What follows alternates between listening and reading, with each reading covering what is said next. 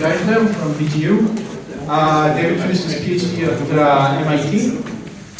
He then was a postdoc at the Eichler Institute, faculty at the University of Maryland for 10 years, and then he came to Ben Gurion University and has been there since. And today he's going to tell us about gravitational waves switching between stars.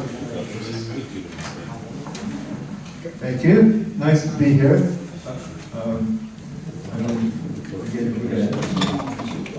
Okay, so in August this year, a threefold coincidence was observed by astronomers, by the astronomical community, and thousands of astronomers were involved in the end. There was a gravitational wave event recorded by LIGO, and for the first time they recorded two neutron stars merging together. 1.7 seconds after the gravitational wave signal finished, the gravitational wave signal lasted 74 seconds. 1.7 seconds after it finished, there was a gamma ray burst, which lasted mostly much less than 1 second, but altogether, including the tail end, it lasted, I guess, about two seconds or just under 2 seconds. And third thing that they discovered, because it was localized well enough that the optical and radio and X-ray astronomers could start looking for electromagnetic signatures, they looked and found electromagnetic signatures in X-ray, optical, infrared, radio, everything. When all was said and done, the discovery was kept secret for about 2 months, and there were about 4,000 astronomers all keeping it secret. And I wondered how they managed to have a group of 4,000 people keeping a secret. And then I found out they didn't tell the 4,000 people either. And people literally had to sign their names as co-authors on papers with all the numbers blacked out. So now I know. Now,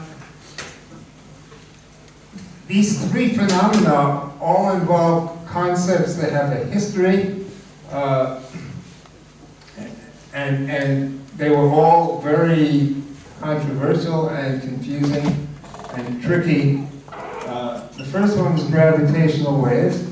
A gravitational wave is an event that causes two objects, both of which are stationary, to increase their distance from each other while remaining stationary.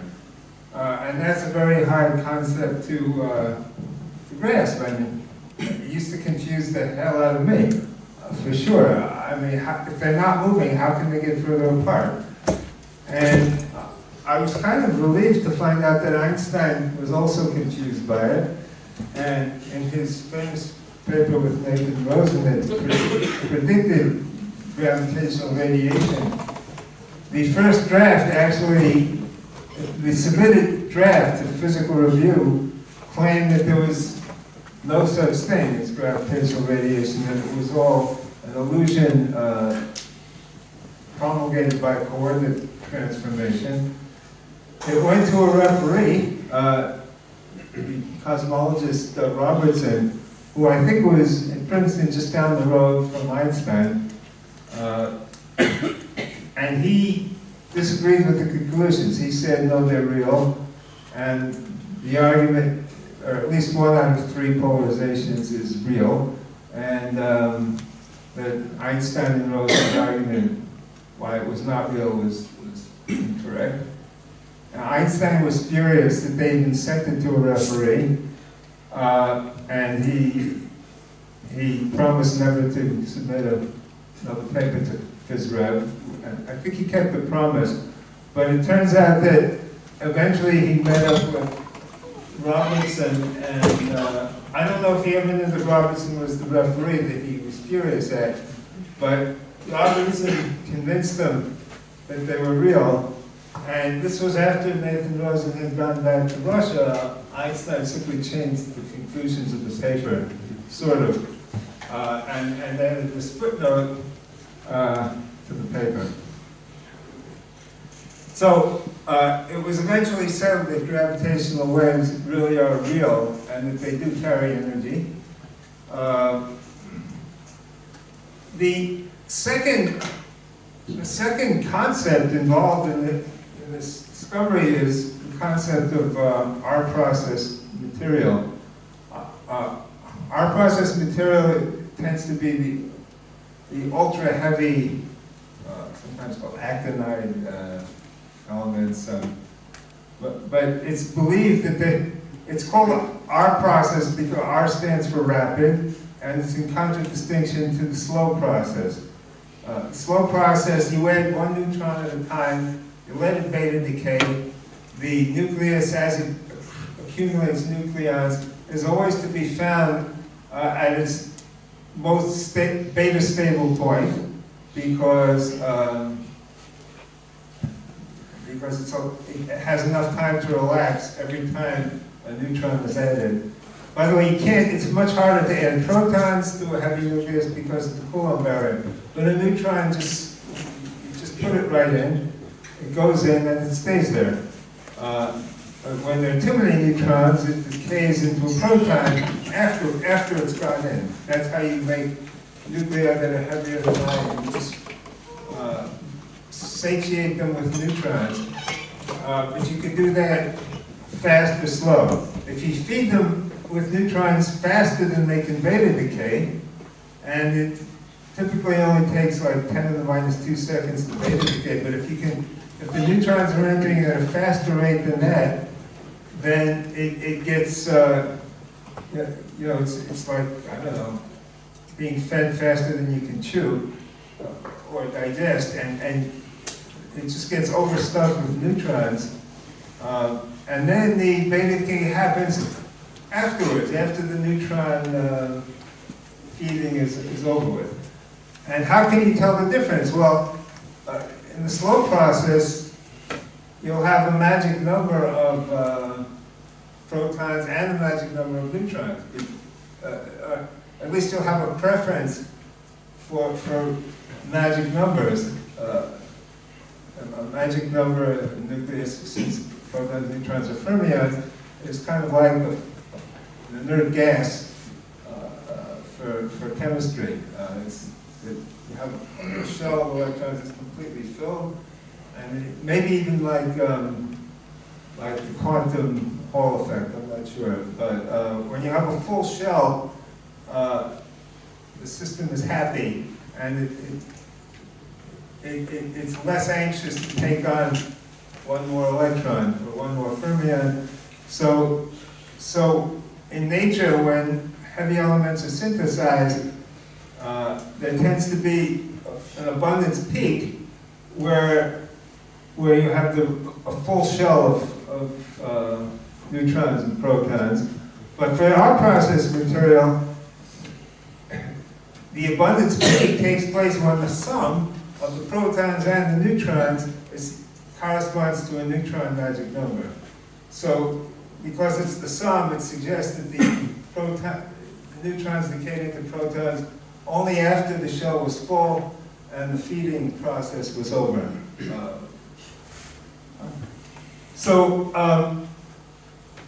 How do you stuff things with neutrons faster than 10 to the minus 2 seconds? Well, the hydrodynamic timescale of a neutron star is faster than that. So if you have a nascent neutron star inside a supernova, or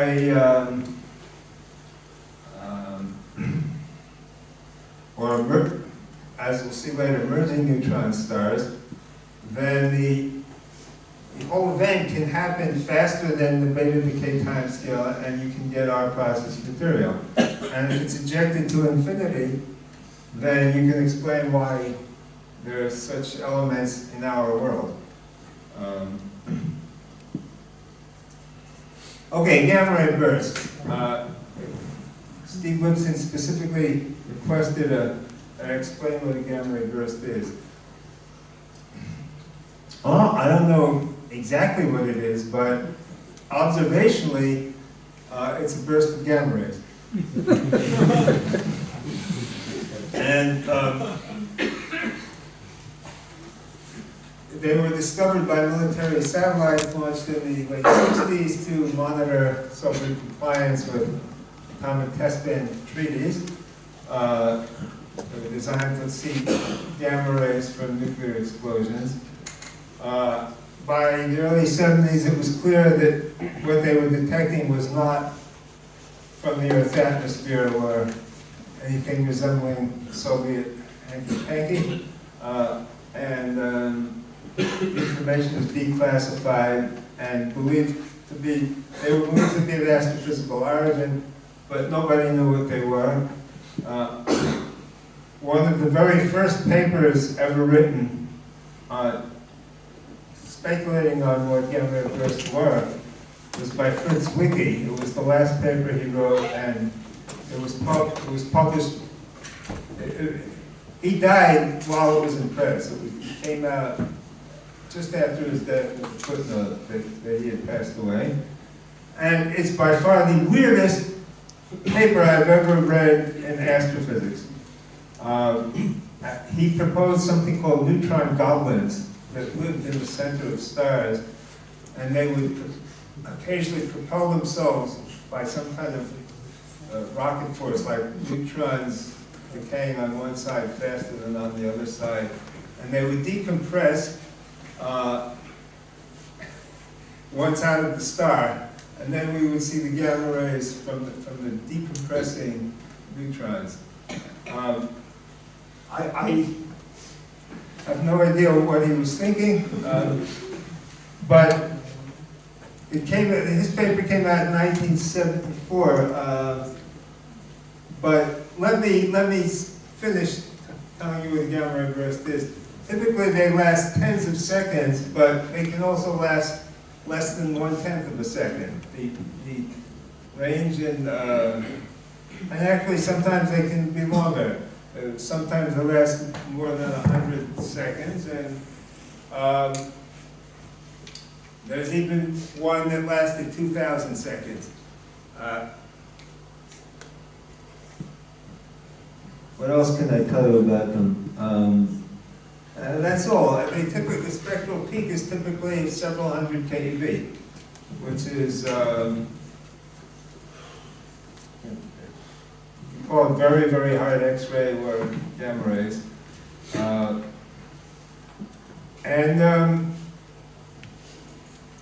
Well, sometimes you see a spectral tail out to much higher energies, but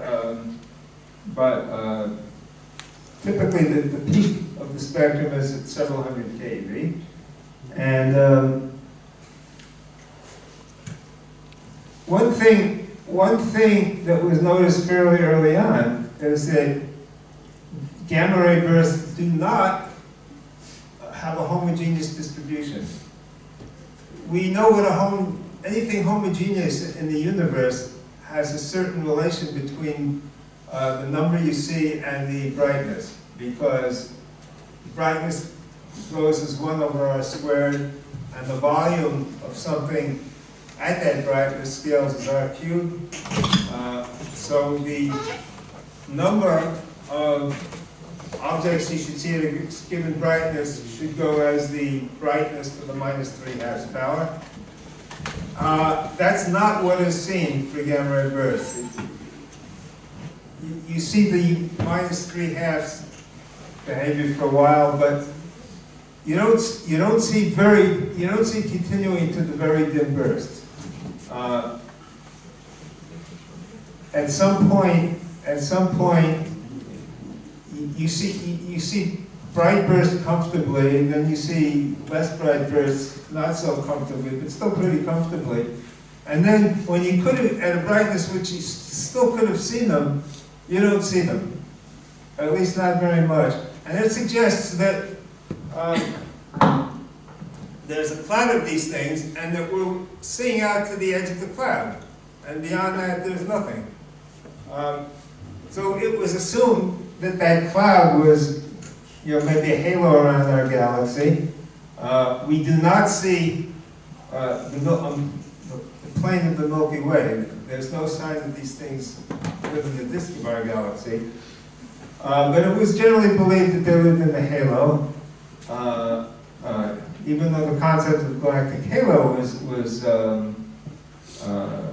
only developing first in the early 70s.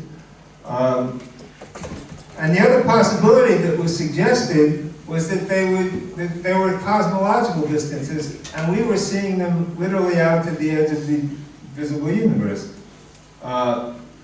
where they would be comfortably detectable. And the reason we didn't see anything beyond that was not because they were too dim, but simply because the universe itself was inaccessible beyond a certain distance. The problem with that is that given the energy flux that we saw at Earth, if they were at cosmological distances, they would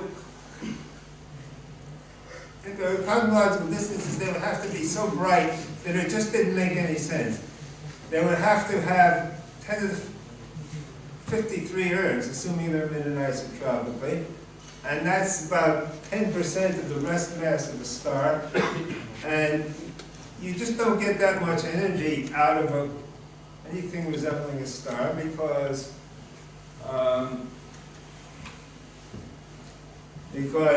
if you get something hot enough to release this amount of energy from a collapsing star, then virtually all the energy is lost in neutrinos. 99% of it is lost in neutrinos because neutrinos just get out much faster than any other form of heat. And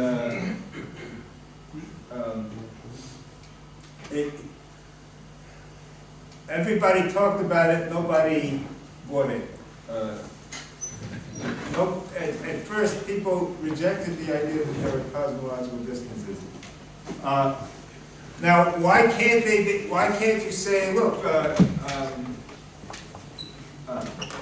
maybe there's some other way to get 10 to the 53 ergs out of a collapsing star that we haven't thought of?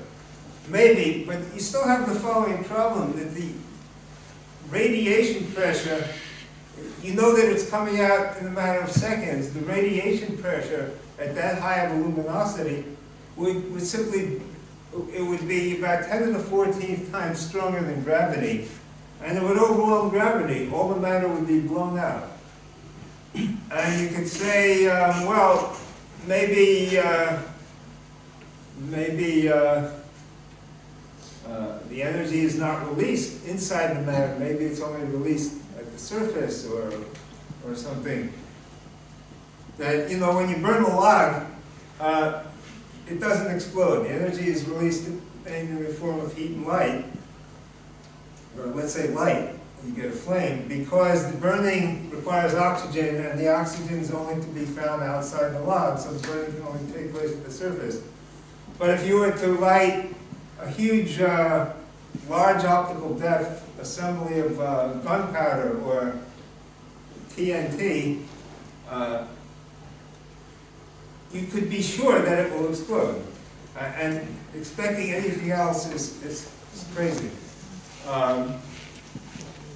Not only that, but the optical depth of matter, if a star collapses, the optical depth of matter, once it gets to high enough, once it gets to small enough radii that the gravity is strong enough to release 10 to the 53 ergs of energy, the optical depth would be something like 10 to the 20th. Right? It's crazy. Even if there is heat and light in the bulk of the matter,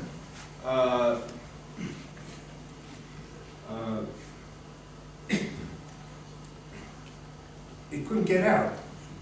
It would much sooner push the matter out, and all the energy would go into kinetic energy, long before it ever became optically thin, the radiation. And of course, and the reason that's inescapable is is that the energy is fueled by matter. Every gram of matter that gets released because it falls to a low gravitational potential releases the energy in its own location. If something goes thud, the energy in the thud has to go exactly under the thing itself. So the energy has to be released within the bulk, the same way that an explosive has oxygen in its bulk, so it doesn't need oxygen to the surface. And it has to cause an explosion, and nobody could see any way of getting the energy out into photons as opposed to kinetic energy.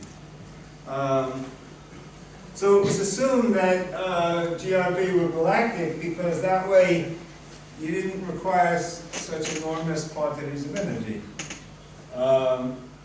And there's still no widely accepted explanation for how all this energy gets put into photons, even though we now believe them to be cosmological distances. Now,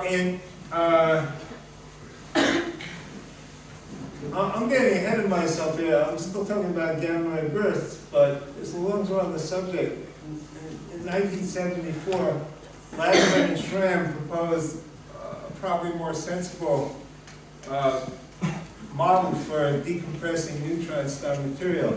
They pointed out if two neutron stars merge, as they will do when they radiate gravitational radiation, that some of the matter would be expelled to infinity by tidal interactions.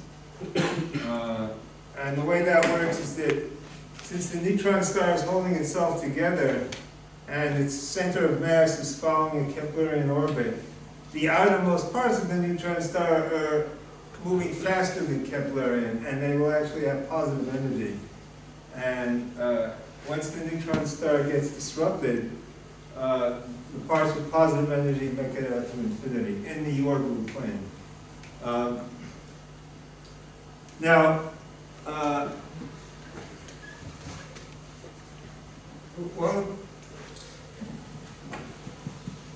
Latimer and Schramm considered whether you could detect. They pointed out that this could be a source of our process elements, a neutron star merger. And they considered whether you could actually detect these things while they were happening. Would there be any light given off, for example? And they concluded that although the frequency of these events is too small to be important as far as currently observed anti-neutrino, gamma ray, or optical bursts are concerned, enough neutron star material may be ejected to be of nucleosynthetic importance. In other words, they thought this kind of event could be frequent enough to account for our process elements, but they couldn't think of any other way to observe it. Now, I think I skipped. Yeah, I just wanted to say one more thing about our process material, which is it has a very interesting history too, because the nuclear shell model on which it's based was rejected for a long time. And what I know about the history I heard from Giora Shabib in a lecture several weeks ago, but the original proponent of the nuclear shell model, Walter L. Sasser, was so muhram, he was so ostracized, he was so unpopular in the nuclear physics community that he left, quit nuclear physics and became a geophysicist, where he invented the magnetic dynamo. So he's considered one of the great fathers of geomagnetism in that whole field. So I just to make the point that the concepts that went into this were not trivial. Now, in 1986, physicists at Princeton revived the idea of a cosmological origin, cosmologically distant origin for gamma ray bursts. And they noted that, in like one sentence in their papers, they noted that merging neutron stars could provide enough energy, 10 to the 53 ergs. Now, they didn't have any solution either for how the 10 to the 53 ergs would go into gamma rays. And in fact, the only reason they said merging neutron stars is because supernova obviously didn't work. We knew supernova are familiar phenomenon, and they are not gamma ray bursts. So you couldn't say that a supernova was a gamma ray burst. You had to make up something else. But Goodman, in particular, realized that he had no solution for the opacity problem, and he said, "Okay, just because we have no solution, it doesn't mean that the idea should be dismissed simply because we can't find a solution." And indeed, Berezovsky, Kralitsky, and also Goodman, Nusanov, and Dar, that's Arno Dar, so at least made an effort to get electromagnetic radiation out of out of a nascent neutron star, and they pointed out that neutrinos escaping the surface of the neutron star might annihilate into electron-positron pairs. And then the pairs could generate radiation that you could see. Now, Berezovsky and Kralitsky estimated that between 10 to the 43 and 10 to the 48 ergs would go into pairs. Goodman, Nusanov, and Dar had a much more optimistic estimate. So the estimates themselves ranged 8 orders of magnitude, which tells you about how much they're worth. I would say that, they did the same calculation. They just made, the problem is that the fraction of pairs that you get depends on the neutrino temperature to the 5th power. So Goodman et al. Assumed that the average neutrino energy was 30 MeV, and they all came out within 1 second, and Berezovsky obviously made more conservative assumptions. Both papers were submitted before supernova 1987. I would say that the average neutrino energy here was closer to 15 and not 30. So I would say Goodman et al. Were over-optimistic, but maybe Berezovsky and Kralitsky were, I don't know, with the optimism, and they were a little too conservative. Now, in 1989, I wrote a paper with Mario Livio, who tapped me on here at the time, and Sri Paran, and Rio, and Dave Schramm at University of Chicago. And, well, this is from the abstract. We seriously propose that neutron star collisions should not only make gravitational waves and not only synthesize neutron-rich heavy elements, but they should also produce a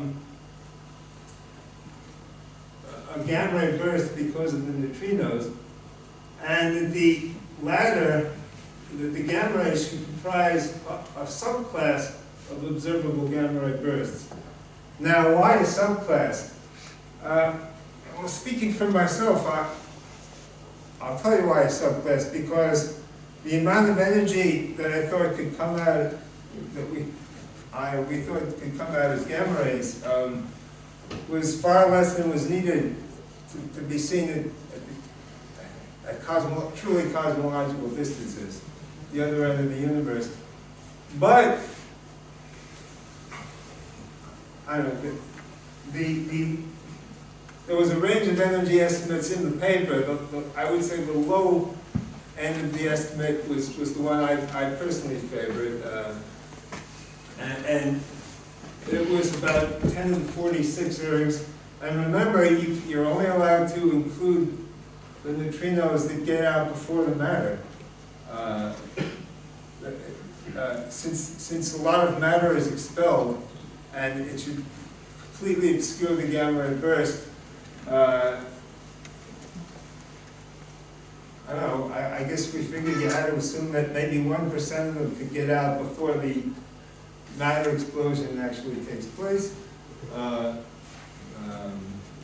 It only takes, the problem is that the burst lasts several seconds, and that's typically the length, the duration of neutrino emission from a supernova, as we now know. But this paper was written after supernova 1987, and in my opinion, you had to say that that there were enough gamma rays that you could see these neutron star mergers from other galaxies, but only from relatively nearby galaxies, like a few hundred megaparsecs, which is not really the Hubble distance, hence subclass. Now, in this paper, you say that the gamma rays are resulting from the neutrino burst? From the I think what we had in mind mostly was that the neutrinos were annihilating as per the previous paper. But the point is, we didn't claim to explain gamma ray bursts, really. We were only proposing it as a subclass. And I don't know, in 1973, Chris Acovietu discovered there really were two classes of gamma ray bursts. Short gamma ray bursts that lasted less than 2 seconds, and longer gamma ray bursts. They formed a bimodal population, and they differed in various other aspects. They had different spectra and different kinds of light curves. So there really were definitely two classes of gamma ray bursts. At the time, I don't think anybody had any idea that the short burst should be associated with neutron stars. I mean, this 1989 paper, I don't think had a single reference for the first 4 or 5 years. And also, by 1993, the isotropy, enough bursts had been accumulated that you knew that they were isotropic to less than 1%. So you could no longer say that they were in this huge halo in our galaxy, because we're not in the center of the galaxy. We're off by 8 kiloparsecs from the center. And even though the halo could be much larger, it can't be 100 times larger than 8 kiloparsecs. So even though nobody had any explanation, there was no getting around it. There had to be cosmological distances. And just to complete the history, in 1998, an Italian satellite was able to localize GRB well enough to tell electromagnetic, well, to tell optical observers and so forth where to look for any optical signature. The optical observers found optical signature, and actually Bethel Sachs also found X-ray signature that continued for days after the gamma ray burst. This is called afterglow, and it's caused by the blast wave that the gamma ray burst makes in the interstellar medium. It's kind of like supernova, non-thermal emission from supernova, but it's traveling at ultra-relativistic velocities. But because they could localize the gamma ray burst, they could establish that long GRB were associated with supernova. Like, there's a supernova and the GRB also happens. In 2012, oh, by the way, short GRB were not associated with supernova, and that's one of the things that clued people into that maybe they were merging neutron stars. In 2012, maybe 2013, but I think 2012, an electromagnetic transient was detected following a short GRB. It was not a supernova. It was something that had much less matter than ejecta, and it therefore evolved, became transparent much sooner, and it evolved on a much faster time scale. And somebody had written a paper predicting that the radioactive decay, the explosion from radioactive decay, and following a short GRB would produce an electromagnetic transient. What they saw was very similar to what he predicted in the paper. I don't even remember his name. It was probably some group that did simulations. And because there had been this paper predicted, this was sort of the interpretation they ascribed to it, that it was matter ejected by radioactive heating of from our process elements. Even today, I don't think that you can unambiguously pin down the radioactive. I don't think you really know for sure that it's radioactive decay from our process elements. Even the spectroscopy is very difficult because iron produces similar spectra than as gold and platinum. But in this, I think this is a beautiful observation. In 2014, plutonium-244 was discovered in ocean bed sediment, and it was discovered to be about 100 times less abundant than you would expect, given all of the other our process elements. Now, what is the explanation for this?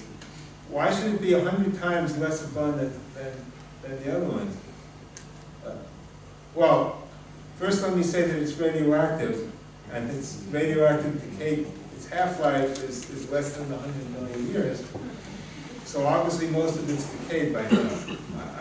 But the point is, it was, even if you assume that it's being supplied on a steady basis, it was still 100 times less than would be expected. And the one interpretation that anybody can make is that it's not being refreshed steadily. That the last infusion of plutonium-244 was several half-lives ago, like 6 or 7 half-lives ago. And so it's decayed, that we're overdue for another infusion of it, but in the meantime, it's underabundant relative to what you would expect. And that suggests that the source of our process material is a very rare phenomenon. It cannot be a supernova. Supernova take place in our galaxy every 30 years, and all the other elements that are released by supernova are smoothly distributed. There isn't this factor of 100 anomaly. So to me, this is a beautiful demonstration that our process material does not come from supernova. It comes from something much less frequent. Okay, now the proposed solutions to the opacity problem, which is literally hanging over everything like a cloud, were very imaginative. The Princeton group played around with the idea of superconducting cosmic strings annihilating, but I think this is pretty much ruled out now. Paczynski also considered that it was not merging neutron stars or collapsing neutron stars, but it was strange stars. That matter at nuclear density is actually most stable when it has a component of strange quarks mixed in. the negative charge of a strange quark would balance out the photons. So you need fewer electrons, but since you have more strange quarks,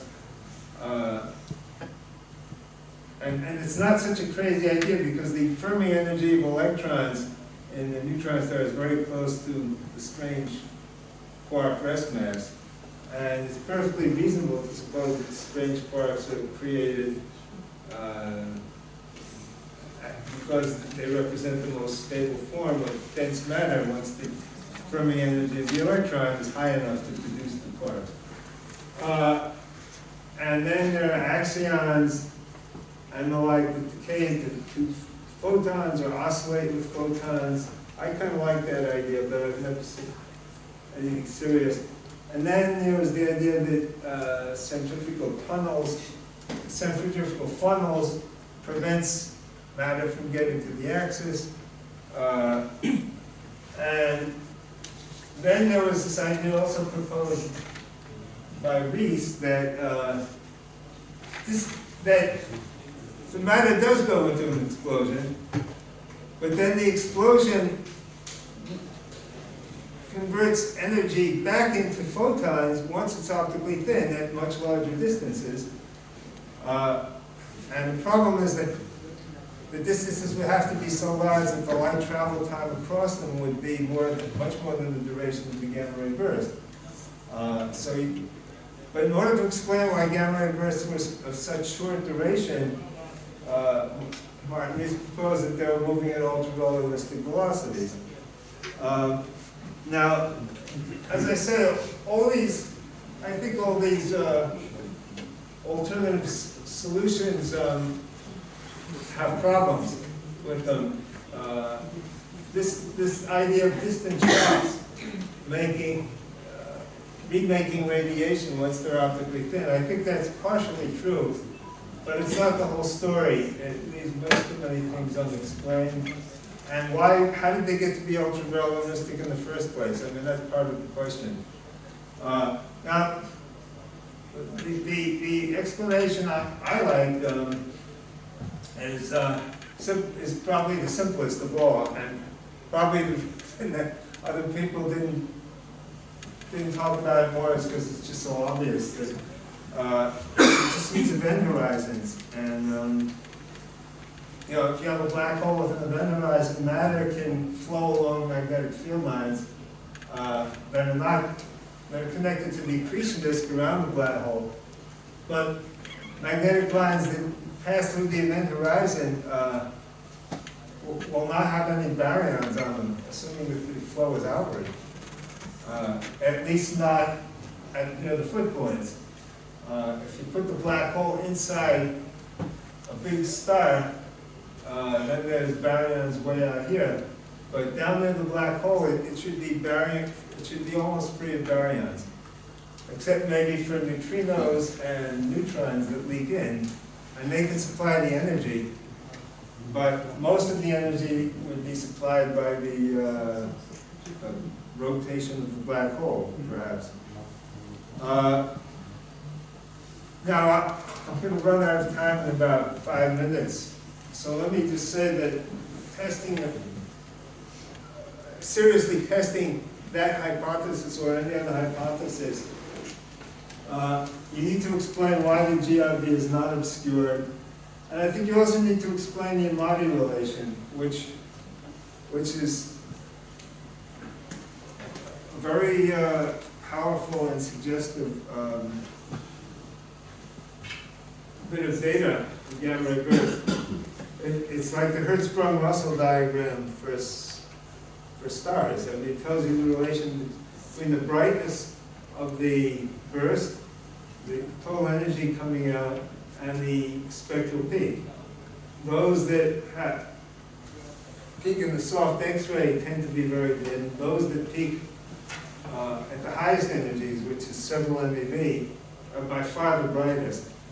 And this is an old transparency. There are a lot more gamma ray bursts that have been whose redshift has been measured since this, and they still lie on this peak. here's a later version. Notice that if you plot in terms of luminosity, you get a somewhat different slope. But if you plot it in terms of energy, it's the luminosity is sorry, the total energy measured at the detector is proportional to the square of the spectral peak energy. And almost all the deviation from this trend is to the upper left, not to the lower right. And this is very significant because it tells you, it rules out adiabatic cooling. A lot of people said, well, you know, if the photons are trapped in expanding matter, then they'll be cooler, but also less luminous.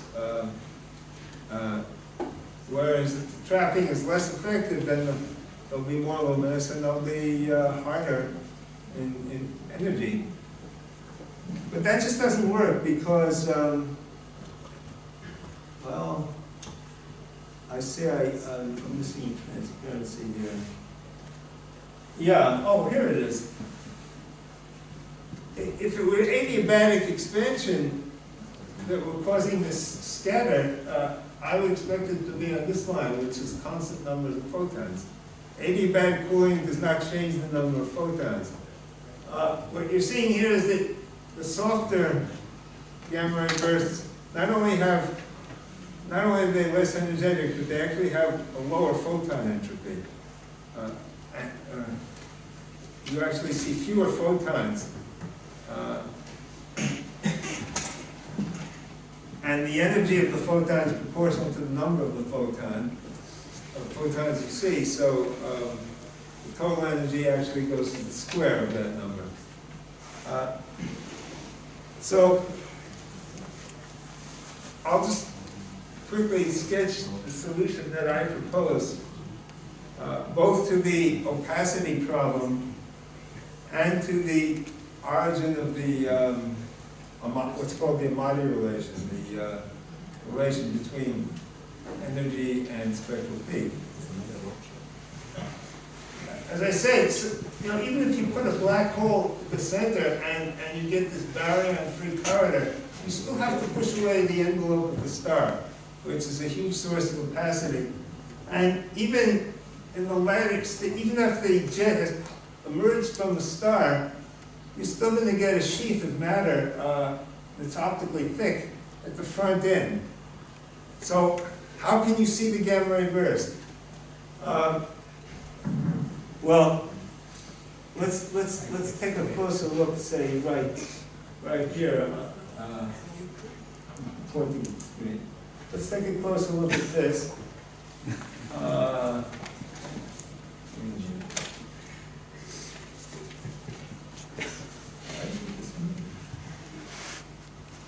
Oh, here we go. Okay. So take a closer look at it. Now, suppose I have photons that are going backwards. That's okay, because there are no baryon.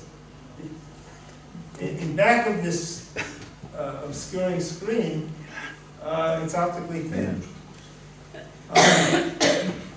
Now, if they're going backwards, how is it that we, the observer, all the way on the right, how is it that we see them? Well, if the material is moving out radially, then this point is, since it's slightly off axis, is moving not quite at the observer. This point here is moving not quite at the observer. When you do the Lorentz transformation of these photons in the observer's frame, you find that they're pointed right at the observer. So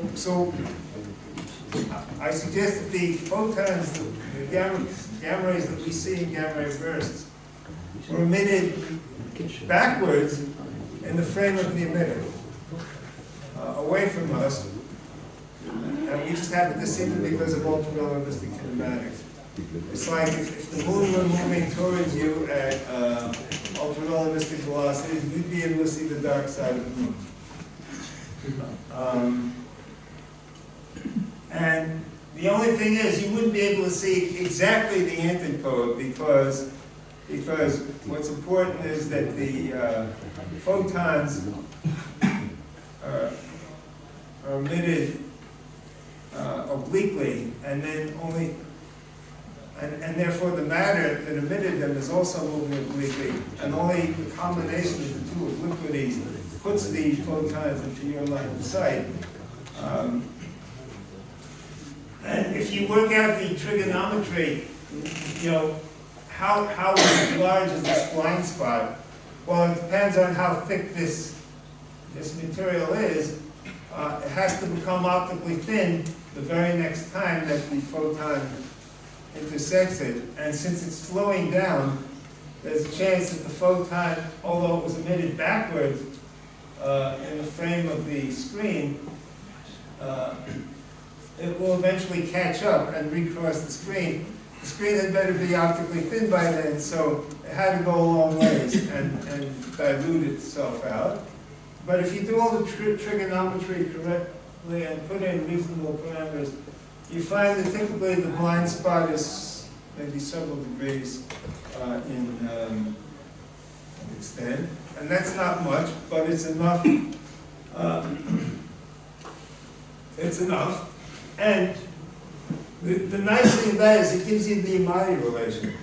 The larger the blind spot, the softer and dimmer the gamma ray burst is, because the observer is seeing the emission off at a greater angle from the emission, from the velocity of the emitter. You know, if you're out there observing and the emitter is moving that way, the larger this angle, the less you'll see, and the softer the photon energy. So the combination of an event horizon at the back end relative to the front end is what allows us to see gamma ray bursts despite the high optical depth of the baryon ejecta. And if you assume this, you reproduce the observed correlations. And it's interesting, but you can ask, what if the matter, the intervening matter is so thick that I can't even see the gamma ray burst at all? I mean, what if the blind spot is so big that I miss the gamma ray burst? I should still see an afterglow, because the matter that was, the very matter that was obscuring the gamma ray burst should be creating an afterglow and a shock. Now, it's had to go very hard to detect because you don't know where to look, because you haven't seen the gamma ray burst. But by chance, one of them may have been detected just randomly. They saw what looked like the afterglow of the gamma ray burst, but they didn't see any gamma ray burst. So there is a possibility the gamma ray burst was obscured. And I see I have 2 minutes to go. There's also evidence for radiation pressure accelerating the matter. If you think about it, if the matter accelerates, the observer will be in the shadow. He won't see the gamma ray burst. But as it accelerates more, the relativistic beaming cone gets narrower because it's more over the gamma. So once the observer is out of the shadow, he's in the burst. And as it accelerates even more, it fades away because the observer is further off to the side. You know, many more times 1 over gamma, because gamma is getting bigger. And eventually the burst just dies out altogether. And here's actual data of a burst turning on very suddenly, where I say this is just the sudden emergence from the shadow. And as it accelerates, it gets softer and dimmer. And there's a lot of quantitative data, which I don't have time to show. Now, what's the difference between long and short gamma ray bursts? I claim the only difference is the viewing angle. The greater the distance, the greater the angle between the observer's line of sight and the motion of the emitting material, the shorter the burst appears to be. And here you see the same burst observed by two different observers, which is the one at the larger angle. This one, and this one is at the smaller angle. And if you don't believe me, you can work out the relativistic kinematics. It's a little counterintuitive, but the larger angle sees the emission at an earlier stage because the Lorentz factor is lower. Once the Lorentz factor is too high, the observer at wide angle is no longer in the beam, and he no longer sees it. Whereas at smaller angle, he's still seeing it, so it's low then. So hypothesis short gamma ray bursts appear to be shorter simply because they're viewed at a wider angle than the jet axis. Now, why should neutron star mergers be observed at a wider angle than collapsing stars which produce long bursts? Well, very simple. A large star has an envelope. If you're at a wide angle, you can't see the burst accelerating in an early stage because it's obscured by the envelope. Whereas if this envelope were not here, you'd see it from a wide angle. So merging neutron stars which have no huge stellar envelope to obscure them are more likely to be seen from a wide angle, and they will produce a short burst. And we published a lot of predictions based on this hypothesis through the years. They were all soundly ignored.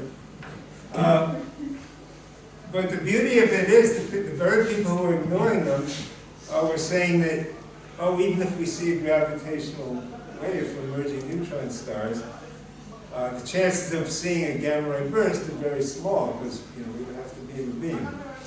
So here, I was very pleased to hear that the very first time they observed gravitational waves from merging neutron stars, they also observed a short gamma ray burst.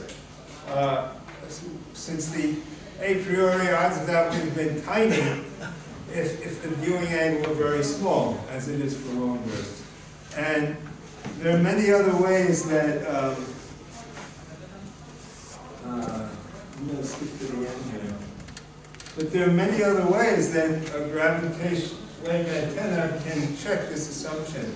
It can literally measure the angle that we're observing it at. For example, two neutron stars that are orbiting, and you're observing the orbiting edge on, you only see one quadrupole movement. Whereas if you're observing the orbit face on, you see the quadrupole moment changing in both directions, and you see twice as much luminosity. So if you know exactly what the distance is, that factor of 2 can help you estimate the angle that you're observing it at. And if you have enough gravitational wave antenna at different points on the Earth, you can also measure the polarization, and that's another way of measuring the angle. And finally, you can see statistics. How many gravitational wave events are accompanied by a GRB? I say that 1 out of 1 is already evidence that the viewing angle is large, and I think just a single event helped the idea gain acceptance.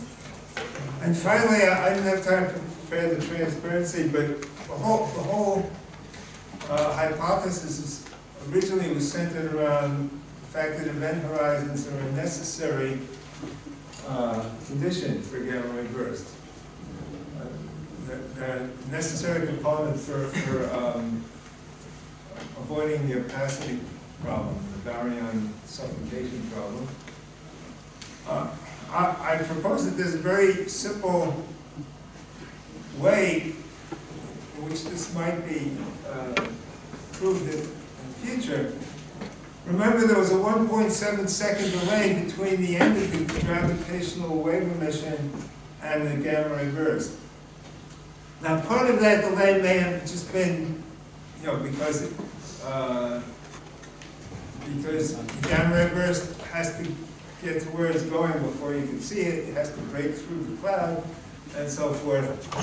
But suppose many such events are observed, and you see that the delay always has a minimum.